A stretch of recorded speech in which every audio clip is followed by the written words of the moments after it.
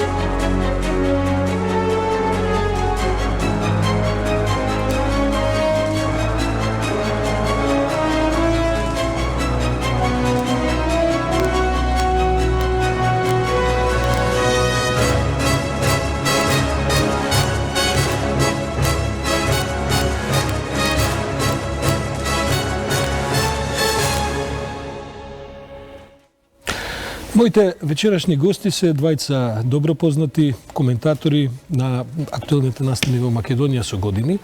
Пред се Мухамед Зачири, пратеник од Социјалдемократскиот сојуз на Македонија во Собранието на Република Македонија и наш добар колега, ја мислам дека нема бивши колеги во новинарството.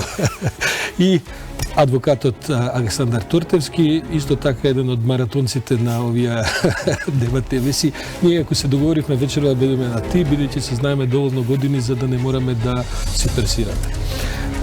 Мухамед, ти беше денеска, се извинувам, неделава и во самите судници, каде што почнаа судењата и сега веќе се сослушуваат и сведоци околу настаните од 27 април. Како е да се видат тие луѓе во првите редови на обвинетите клупи, со кои што поминавте една многу возбудлива бурна вечер на 27 април минатата година?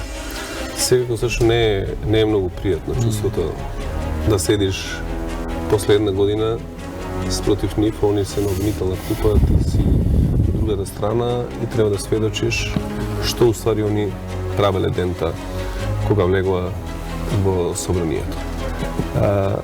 Те се наближуваат за неколку дена, ќе биде точно една година од тие немили настани за кои што ќе учат и ќе зборуваат генерации и генерации како еден од најсрамните чинови што е задесило Македонија од незиното постоење, но тоа што се случува мора што побрзо, што се случуваше неделава, треба што побрзо да дојде до завршница. Имаш ли чувство дека тоа темпо се внимава на тоа темпо или има некакво долговекување?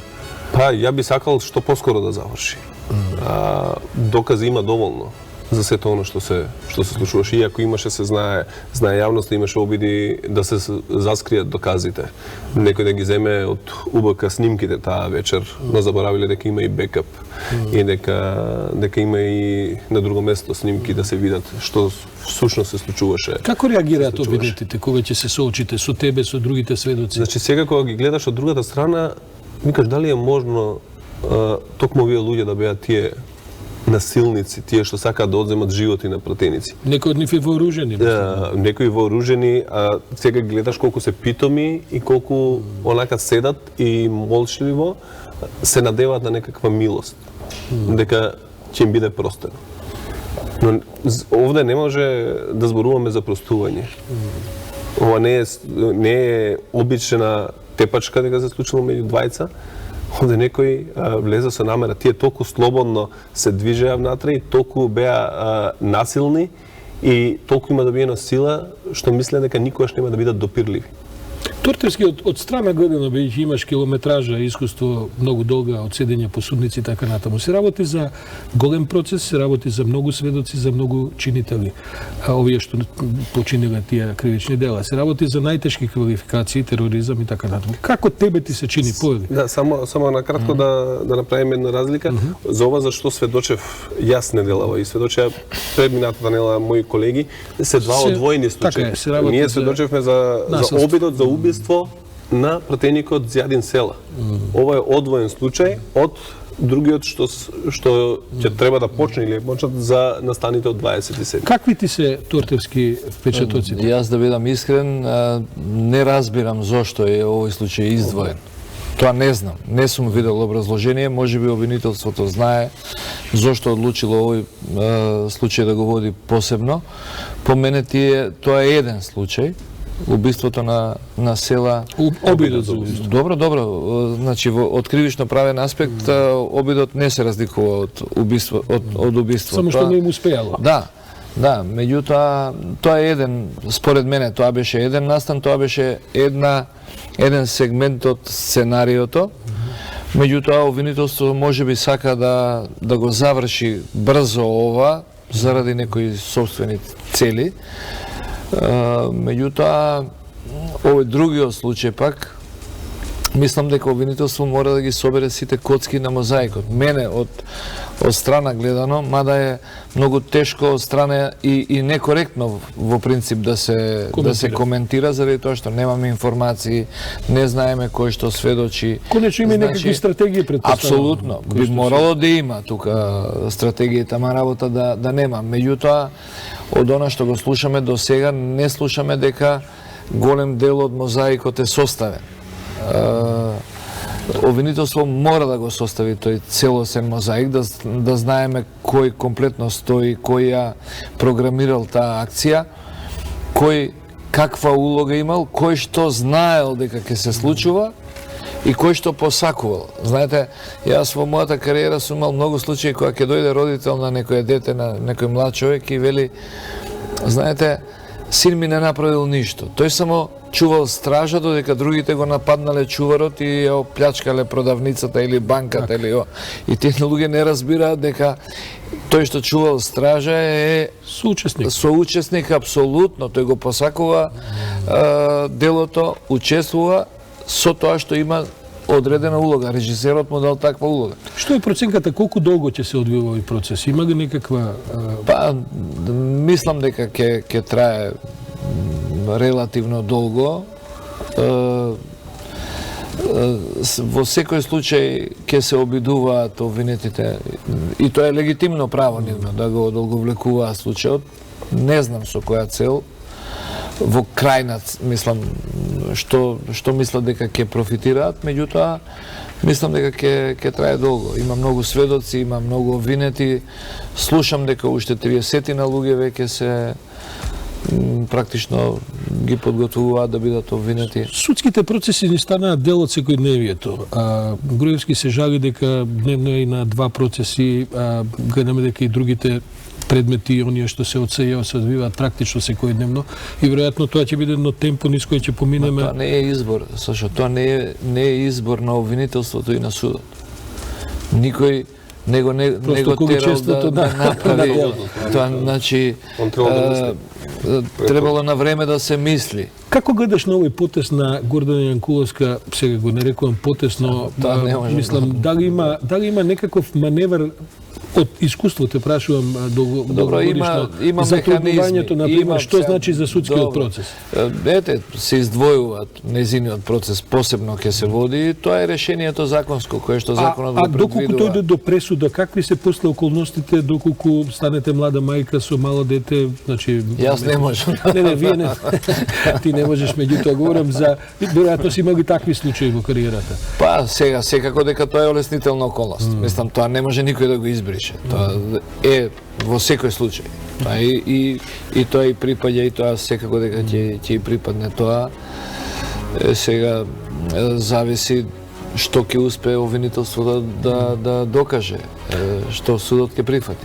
Мухамед, бидејќи си политичар сега, тоа е тоа, пратеник, нели, така натаму. Како проценуваш ова количество на судски процеси? Каква ви е проценката и како политичка партија? Како реагира јавноста? Што мислите? Кој ефект ќе се предизвика?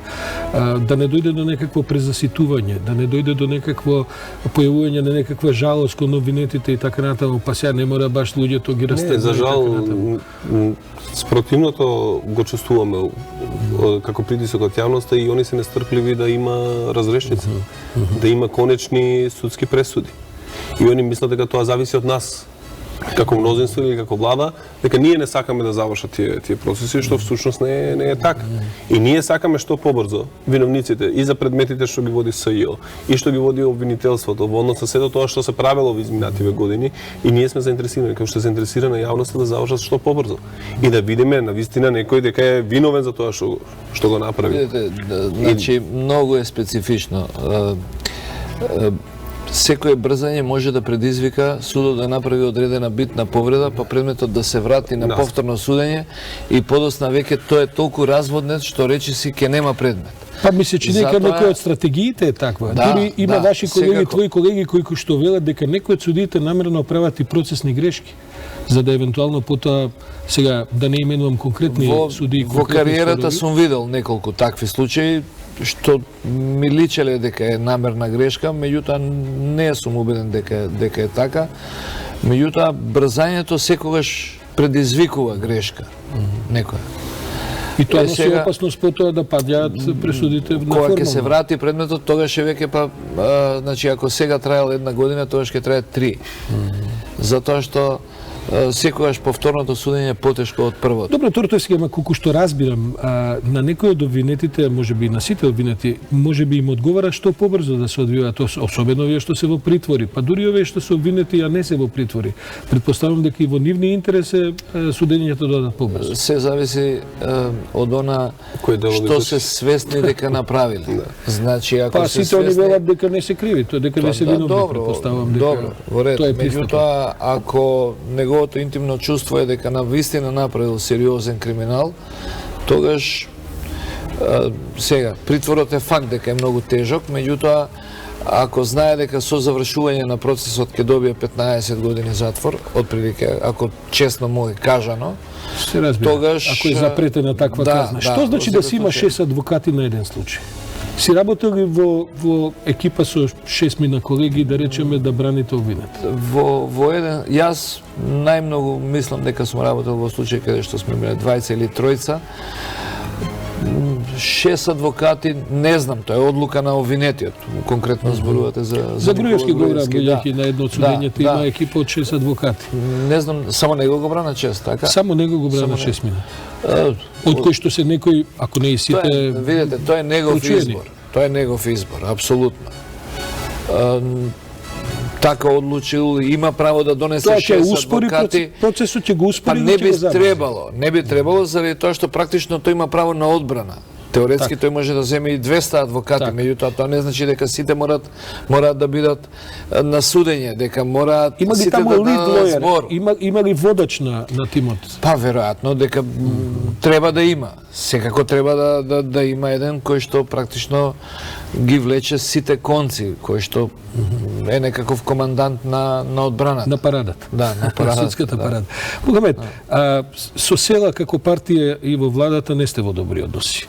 Сепак присуствувате и сведочиме судење во кој што села сепак главната жртва. Како оди целата таа, да кажем, координација? Вие имате ли контакт со села за време на судењата? Имате ли некаква, како да кажем, координација околу адвокатите, околу... Не би требало да има. Ниту имаме, ниту има потреба да се има такво нешто. Во случајов е села, да беше и друг пратеник во прашање, наша должност е да го кажеме тоа што сме го виделе тој ден. Таа вечер се бараше шиптарска крв. Ти беше исто така, предпоставувам, значи, јас исто бев мета, јас бев исто така мета на насилниците. Јас имав среќата, сум го кажал на повеќе наврати, имав среќата што од горе во галеријата кај што не затекна од кога влезе толпата на насилници во собранието и во прес салата, јас бев со колегите горе во галеријата, успеав во последен момент да влезам во втората кабина каде што беа 4 мои други колешки. Пратенички. Се заклучивме, заклучивте, ја блокиравме вратата за да не можат да влезат над. Пред нашата кабина, односно пред влезат во втората кабина, во првата кабина, тука го нападна нашиот колега Павле Богоевски. Тука беше и Фросина Ременски и Ѓулум Серека Сапи, двете пратенички од ДУИ беа во таа прва кабина, се трудеа со крајни сили да го заштитуваат. Павле се обидува на 2-3 пати да ја отворат вратата од нашата кабина, но не успеа да влезат. Ме бараа со име и презиме. Кај сум јас? Кај се кријам? Тоа покажува намера, јасно е. Апсолутно намерата беше да бидам пронајден. Друго, мои колеги и луѓе од администрацијата во собранието, кога го виделе закрваленото лице на пратеникот, ни помислеле дека сум јас, зашто јас нели долга коса имам изјаден села, помислеле дека се работи за мене, па пишуваа во група, во телефони дека муки каде е, што се случува, дали е он. Значи, таму беше општ хаос, а со самиот факт што ние моравме таму 2,5 сати или повише да бидеме во заробеништво, покажуваше на намерата на тогашната власт дека беа пуштени тие луѓе да се завршат својата работа зашто беа влезени натаму. Турдевски, се покажува го и правната држава. И правната држава треба да се покаже, не само да ја има, таа треба и да демонстрира дека корам сега веќе на едно ниво на сите овие случаи кои што поминуваме. Ќе биде тоа веројатно уште месеци, ако не и години во прашање. Какво е твоето чувство? Мислам дека ние како општество првиот чекор во таа насока го направивме со формирање на СЈО. СЈО внесе нов начин на однесување во правосудството. Со она дека не одеше жестоко за секој случај притвор, се размислуваше таму дали со други мерки може да се постигнат целите. Значи, тој чекор се направи со СЈО. Коректен однос према обвинетите. Тие може да се жалат, навистина. И воопшто не е пријатно. Апсолутно јас разбирам кога Груевски не е пријатно ни сведок да одиш ама не обвинет. Да. Меѓутоа, секако дека е проблем секој ден да сте во суд. Меѓутоа, гледате дека речиси на сите обвинети им се удоволуваат, речиси сите барања, освен овие што се сега абсурдни. Така што, јас мислам дека многу вода треба да помине низ Вардар, да протече, за да ние навистина станеме иоле, што би рекле србите, пристојна правна држава, меѓутоа, од некаде мора да се почне. Каква ќе биде последицата од претопувањето на СЈО во нормалното обвинителство, бидејќи колку што време... Нема да биде нешто особено страшно тоа. Нема да се изгуби овој посебен институционален капацитет кој што го има СЈО, еден идентитет кој што воспостави, тој има и некаква политичка, па и да кажем јавна некаква улога и така, да не избледне во рамките на она што... Мислам дека нема, бидејќи тие некако со досегашниот ангажман прво добија едно големо чувство на самодоверба лично, персонално, така што ни веќе сега шефот не може да им наметнува ставови, например како што беше оваа една идиотска, би рекол, одлука дека после 27 6 месеци ние загубивме 6 месеци за водејќи постапки за учество во толпа.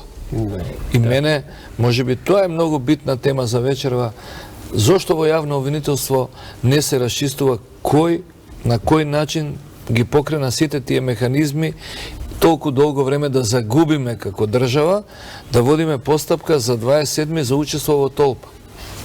Таму нема одговорност до ден денеска. Јас не сум видел дека некој сериозно се зафатил и да го истражува, заради тоа што тоа не е немарност, тоа не е незнаење. Тоа е криминал. Конечно, и Марко Зврдлевски потона во една, кажем, магла на заборав. Да. Никој ќе не се ни прашува каде е човек. Знаете, за да имате легитимно право да гоните криминал, морате прво да го расчистите криминалот во сопствените редови. Јас тоа не го гледам таму. Инаку, мислам дека многу сме далеку. Треба партијата владеачките партии треба да го повлечат тој прв чекор, меѓутоа навистина треба да се трудат тоа да го направат и да се откажат од привилегијата да влијаат на судската власт. Сега, кога Мислам дека ми правиш одличен вовед во втората тема за вечера, бидејќи мислам дека токму околу партиите ќе се занимаваме. Ве молам, режија вториот прилог. The European Commission decided to recommend to the European Council to open negotiations for the accession of the country to the European Union. You're back. You're back on track.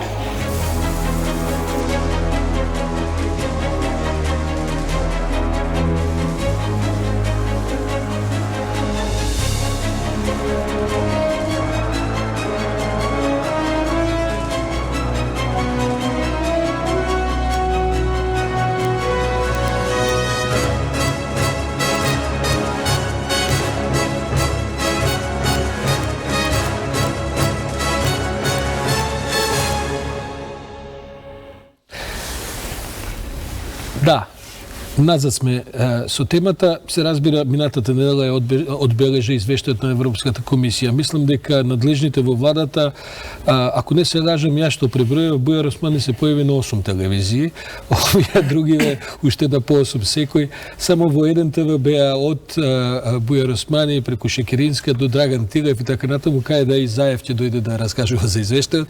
Ќе видиме дали тоа нема да ја презасити јавноста со сето тоа. Меѓутоа, мислам дека многу малку се обрна внимание на една реченица која постои во извештајот, за зашто сакам да ве замолам вечера да поразговараме, а тоа е насоката на Европската комисија на страна 11 од извештајот, во боксот, во кутијата каде што се разговара за парламентот, дека партиите морат да ја унапредат внатрешната демократија во своето работење. Тортевски, прво со тебе ќе почнем, бидејќи би било многу лесен избор да почнем со Мухамед. Како ти се чини внатрешната демократија во нашиот Никако, никако.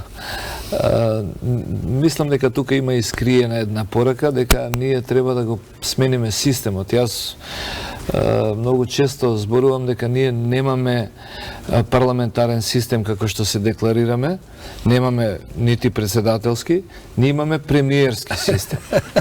И јас сврсто ставам за тоа. Да, да. Објективно во Македонија има постојано премиерски систем и сите полуги на власта се наоѓаат во раците на премиерот.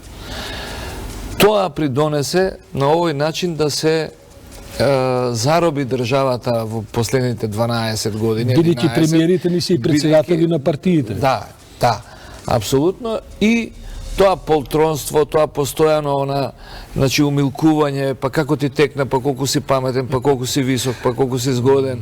Сето тоа доведува полека да тој човек се отуѓува.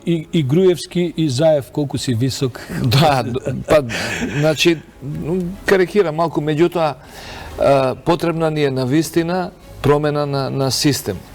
Не смее да биде концентрирана толкава моќ. Можна ли е таа промена на систем? Тортевски, убаво е. Европската комисија инсистира со мора, не, мора. Една реченица ставила. Не, ама тоа во таа реченица е содржано се. Значи ние викаме дека државата е најголем работодавач. Да, во известна смисла, меѓутоа и владеачката партија е огромен работодавач. Вработува луѓе едно чудо. Директори поставуваат владеачките партии. Мене лично воопшто не ми се допаѓаше и не ми се допаѓа тоа бирање партиски кадар, например за места каде што апсолутно треба струка. 3 пати на кардиологија се. Значи кардиологија припадна во еден момент на партијата на Села, па Села кога излезе се бара друг директор на кардиологија, замислете. Сега, еве, Мухи, може Мухи, вака, дали ти партиски одиш кај забарот твој или одиш кај некој што добро ти прави зави? Всушност сакам да го прашам Мухамед, бидејќи сепак цивил кој од неодамна е во партија. Како ти изгледа Мухи таму атмосферата? Како е во СДСМ? Вака се да ти кажам само на член 25 од статутот на ВМРО, став 11, вели дека председателот на ВМРО ДПМН има право да ги турне, да ги оповргне сите одлуки на сите колективни тела во партијата со информирање. Значи да ми даде шанса подосна за ВМРО, нешто сакам да порачам, да не заборавам, да. Мицкоски рече дека ќе го реформира уставот, статутот на партијата уште во февруари. Еве дојде мај. Инаку да ти кажам дека вашата партија го нема статутот објавено на вашата веб страна. Така што Ќе земеме за обврска да, би било добро барем да го ставите да го имаме на увид. Да го прочитате. А мислам дека таму кај вас, барем така беше, ако нешто во меѓувреме во годините не е променето, во вашата партија се забранети фракции. Затоа што прашувам вака како еден цивил кој што последнава година има искуство со партија, како ти се чини атмосферата? Ја не сум бил член претходно на некоја политичка партија, како што кажавте, прв пат сум тука, но едно знам дека ништо не се превзема со одлука на еден човек. Нашиот председател досега, барем јас, од тоа што можам да кажам, дека дефинитивно не сам не донел одлука, рекол ова ќе биде вака и така ќе биде. Добра, некој му се спротивставува на неговите предложи. Значи и он е спремен и прифаќа и критики, прифаќа и друго мислење. И ако преовлада меѓу председателството поинакво мислење од тоа што он го размислува, Заев се повлекува. Он се повлекува. Имало такви прилики? Апсолутно. Ајде да речеме апсолутно имало прилики. Имало и за кадровски решенија, можеби. Ако он помислил дека треба, кажува дека фаворит му е одредена личност, во председателството преовладува друго мислење, дека овој би бил подобар. Дека тоа не го гледам во работата, да речеме, на парламентарната група. Партиската група ваша, мислам дека досега ги спроведува сите насоки кои што ги дава владата.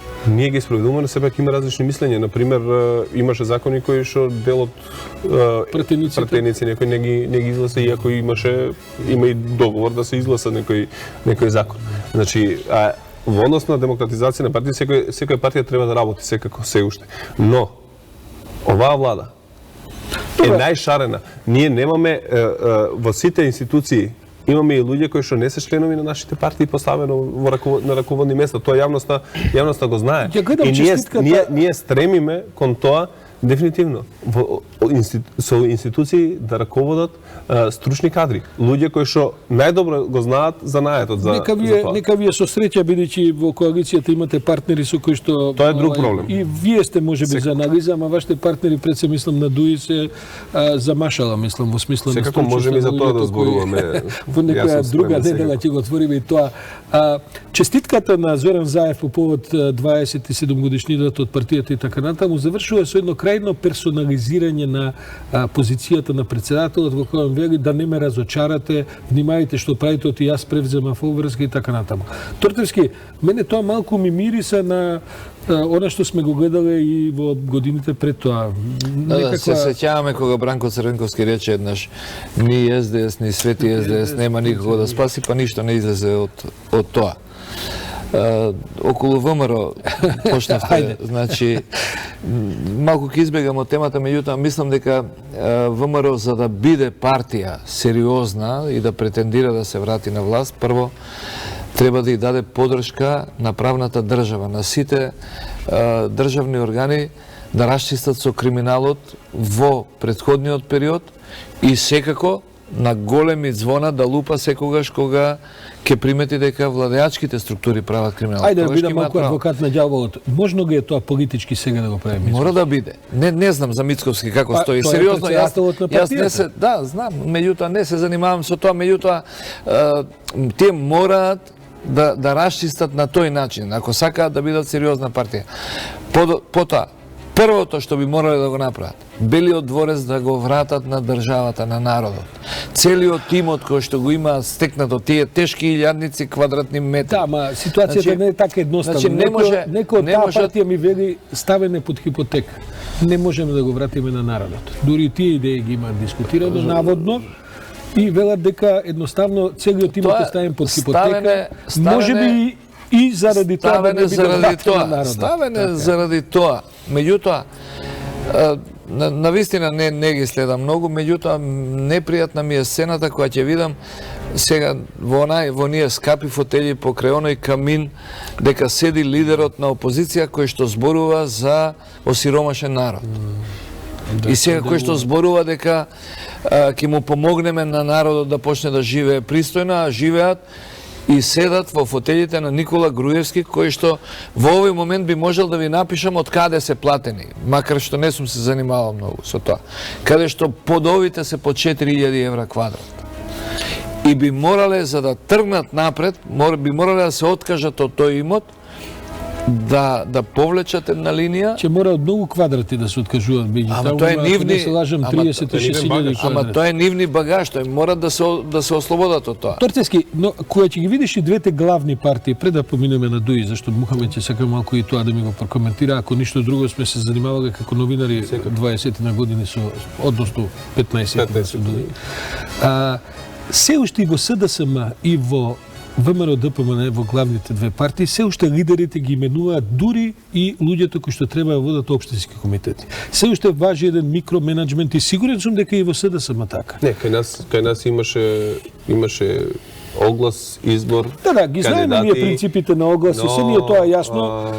Има впечаток дека таму не може никој случај да Председателот дојде ја има таа моќ. таа моќ. А зашто да ја немаат Меѓутоа, членовите доле во општински комитет Охрид, например, или Кичево? Значи ние Зашто треба председателот да има таа моќ? Ние стремиме кон тоа да стигнеме. И стварно тоа ние Се дискутира ли тоа во апсолутно партијата? се дискутира и ние имавме проблем. Баш Охрид ни беше Зашто не си бил во Не сум бил во партија, не си партија, бил да, во знам. партија. Но- Ужасно е тоа тешко. Тоа има кланови, има борби. Не е лесно ништо. Ама мора да работиме кон знаете, Тоа е демократизација. јасно, ама ако останеме во мора да има некаков баланс помеѓу лидерството и базата. Да, знам, значи, тоа да се дојде до најдобри решенија. 27 години ништо не правиме со демократизирање на партиите. Само има нагорнини и удолнини. Во принцип ќе дојде малку потврд. Дури и кога е подемократски лидерот, наскоро се расипува во една, како да кажем, оди во еден правец каде што можеби и членовите очекуваат од него да носи одлуки, тој да пресекува, нему да му се допаднат и така натаму. Но не гледам за последните 27 години партија која сака Што спротивставување. ние имавме, јавноста можда не следи до толку. Ние имавме пример кај што партијата пресече кој ќе биде председател на некоја општинска организација. Например, Куманово. Но тоа, не Куманово, например, не знам, Пробиштип. Добро. И тоа не помина на конференција. И кандидатот, и мораше нов оглас да се распише. Иако беше избор на представителството, дека тој треба да биде, но тоа не поминува на конференција. Јас ми се чини дека- има неколку општински, тоа не значи дека Затоа што членството гледате, не се прашува. Обштествениот клиентелизам не паѓа од небо. Тој постои во партиите. Се е преку партијата, од магистратура до чување паркинг, мислам. И ако тоа не се реформира, како потоа ние може да По очекуваме дека правило, држава? по правило и позицијата во партијата носи високо работно место. Некакво. Значи за огромен дел од членството. Така што не сум чул до сега некој да поминал добро во таа насока, а жестоко да му се спротивставувал на лидерот. Не сум чул таков случај каде што партиски е награден со некакво повисоко работно место или напредување во партијата, некој што жестоко се спротивставувал. Тоа Не сум што го мене чул ми е тоа. познато, бидејќи се занимаваме со тие структури со децении наназад, во тој социјалдемократски сојуз барем и некакви дебати имало. Барем имало некакви спротивставувања, макар на, како да ги кажем, на работно ниво со председателите. Мислам дека во ВМРО во последните 10 години се воведен систем во кој што на Груевски никој ништо не смееше да И го на противречи. Сашо Мјалков тука И на Сашо Мјалков, да. Значи таа спрега. Можно ли да функционира заправо партија, затоа што видите у СДСМ ги има тие структури. И таму се бившите разузнавачко безбедносно полициски кадри исто така истурени на раководни позиции од изборни штабови до советнички места до. Зашто е тој спој помеѓу тие структури и партиските политички структури? Дали е тоа, бидејќи мене ми се чини дека тоа сепак за потребите на контрола на однесувањето на кадрите. Мене ми се чини дека сепак тој тип на и овој ексцес што го имавме со прислушкувањето на крајот е за потреба на контрола на целиот процес. Се уште овдека, како да кажам, информациите за тоа дали некој има швагарка или дали некој има добиено коруптивен бизнис се поважни од тоа отколку каков му е ставот. Каков ти е тебе впечатокот, Мухи? Го има ли тоа во вашата партија или го нема? Значи, пак ќе кажам, нигде нема само светци. Сегде имаш деструктивци, имаш луѓе кои можеби сакаат да имаат некаква си моќ од кај што ќе може да контролира некого. Но ние стварно и искрено работите да се сменат и конкретно тоа го покажуваме. Значи не сакаме да се продолжи како било. Како ќе ги смените вие работите кога имате соработка со ДУИ? Како не успева Заев да речеме каже не на некои од тие решенија што ги дони ДУИ? Па ние не прифаќаме све како што вика Дуи, туку како што они мислат да биде. Значи, ние имаме една влада сега. Во ниту еден случај не сакам, ниту сме покажале до сега, ниту сакаме во иднина да покажеме дека функционираат две влади како што беше во времето. Дуи сака да се наметне се уште во кадровските решенија кај што се албанци во прашање. Значи, апсолутно. Некаков монопол да имаат за тој тип на етнички кадри. На нив се уште не им е јасно и не сака да ја прифатат реалноста дека илјадници албанци гласа за СДСМ на последните и парламентарни и локални избори.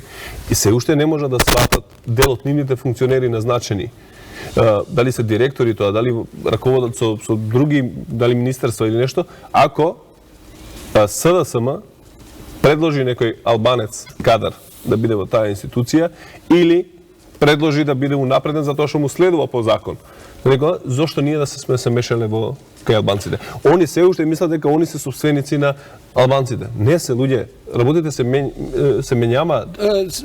Тоа те разбирам, но сепак се видиш повеќе и меѓу твоите албанци, да кажем, поддржувачи, партиски кадри и така натаму. Каков е впечатокот во јавност?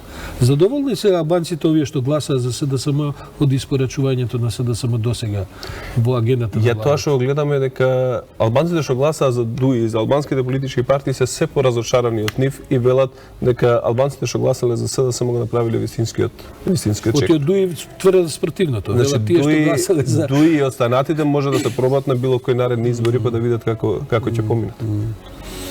Околу претходното, само малку околу тој клиентелизам.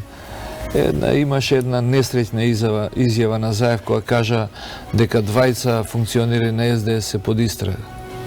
Тоа е резултат токму на тој клиентелизам. Значи, тој што го открил тој криминал, прво му се додворува на шефот со тоа што оди да му каже открив. Значи, многу сум способен. Второ, оди да го праша дали да продолжат да добие дозвола. Да добие дозвола, а не е свесен дека со тоа го руши системот. Се разбира.